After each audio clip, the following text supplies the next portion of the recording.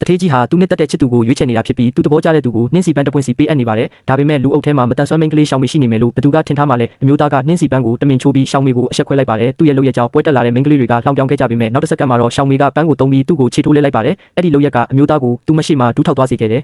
ရှောင်းမေရဲ့ရှင်းကိုပြန်ပေးတာပါအမျိုးသားဒီလိုလုပ်ရုံနဲ့ငါရဲ့အာယုံဆိုင်မှုကိုရမယ်ထင်နေတာလားရှောင်းမေရှင်းရဲ့အာယုံဆိုင်မှုဟုတ်လားရှင်ကကျမရှိမှဒူးထောက်နေပြီလေအမျိုးသားဟာရှက်ကိုရှက်ကန်းနဲ့ထွက်လိုက်ရပေမဲ့စိတ်ထဲမှာတော့ရှောင်းမေပေါ်ထူးခြားတဲ့ခံစားချက်တွေဖြစ်ပေါ်လာပါတယ်။အဲ့ဒီနောက်နှင်းစီပန်းရတဲ့သူတွေကိုရေကူးကန်ပါတီကိုဖိတ်ကြားခဲ့ပါတယ်။မိန်းကလေးတွေကပျော်ရွှင်စွာနဲ့လိုက်ပါသွားကြပေမဲ့ရှောင်းမေကသူမရဲ့ဝီချဲကိုတုံးပြီးသွားဖို့ပြင်းတဲ့အခါမှာတော့မနာလိုတဲ့မိန်းကလေးနှစ်ယောက်ကသူမကိုတားဆီးလိုက်ပါတယ်။သူမရဲ့လက်ထဲမှာနှင်းစီပန်းမရှိလို့တက်ရောက်ခွင့်မရှိဘူးလို့ပြောကြပါတယ်။သူတို့ရဲ့လှောင်ပြောင်မှုကိုရင်ဆိုင်ရင်းရှောင်းမေကအမျိုးသားကိုလှမ်း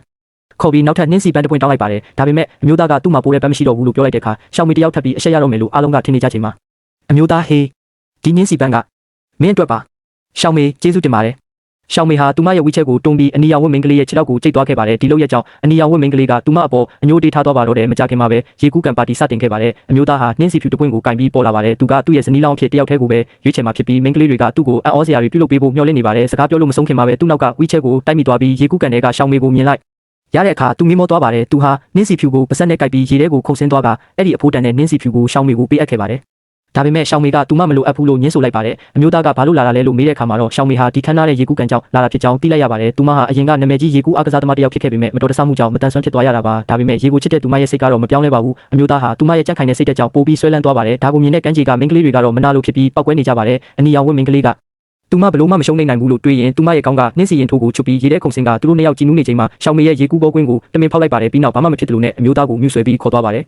အမျိုးသားဟာသူမရဲ့အပြောဆိုတွေအောက်မှာတကယ်ပဲပါသွားခဲ့ပါတယ်။ကုန်းပေါ်ရောက်တဲ့အခါအနီရောင်ဝတ်မိန်းကလေးကအမျိုးသားရဲ့လက်ကိုတမင်တွဲပြီးတခြားမိန်းကလေးတွေရှိမှသူမအနိုင်ရကြောင်းကြွားလုံးထုတ်ပြခဲ့ပါတယ်။အဲ့ဒီအချိန်မှာပဲရှောင်းမေဟာရေကူးဘောကွင်းလေထွက်နေတာကိုသတိထားမိသွားပါတယ်။သူမအတင်းယုံကန်ပြီးအကူအညီတောင်းပေမဲ့ကမ်းပေါ်မှာဘယ်သူမှမရှိတော့ပါဘူး။တစ်ချိန်တည်းမှာပဲအမျိုးသားဟာတခြားတနေရာကိုရောက်နေပြီးအနီရောင်ဝတ်မိန်းကလေးကသူ့ကိုမြှူဆွဲနေပေမဲ့သူကစိတ်မဝင်စားပါဘူး။သူကလက်စွပ်တကွင်းကိုထုတ်ပြီးဘာလို့မင်းကိုပေးရမှာလဲလို့မေးပါတယ်။မိန်းကလေးကတခြားသူတွေကိုဖယ်ရှားပြီးပြီလို့ယုံကြည်ချက်အပြည့်နဲ့ပြောပါတယ်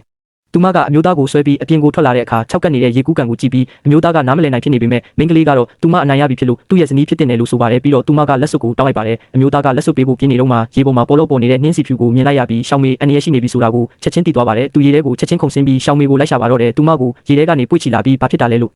မေးတဲ့အခါရှောင်းမေကစကားမပြောနိုင်တော့ပဲဘေးကဘောကွင်းကိုပဲလက်ညှိုးထိုးပြပါတယ်အဲ့ဒီအပေါ်မှာအနီရောင်ဝတ်မိန်းကလေးရဲ့ရင်ထိုးကိုတွေးလိုက်ရတဲ့အခါဒါဟာအနီရောင်ဝတ်မိန်းကလေးရဲ့လက်ချက်မှန်သူချက်ချင်းရိပ်မိသွားပါတယ်သူဟာအဲ့ဒီမိန်းကလေးကိုညှာလာမှုမရှိပဲနှင်ထုတ်လိုက်ပါတော့တယ်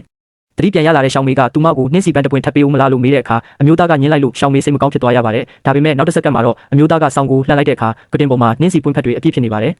အမျိုးသားငါတကဘာလုံးမှာရှိတဲ့နှင်းစီပန်းတွေအားလုံးကိုမင်းကိုပေးခြင်းနဲ့ရှောင်းမေကဘာလို့သူမကိုရွေးချယ်တာလဲလို့မေးတဲ့အခါသူမရဲ့ကြံ့ခိုင်မှုနဲ့ကိုယုံကြည်မှုကြောင့်ဆွဲလန်းမိတာဖြစ်ကြောင်းပြောပါတယ်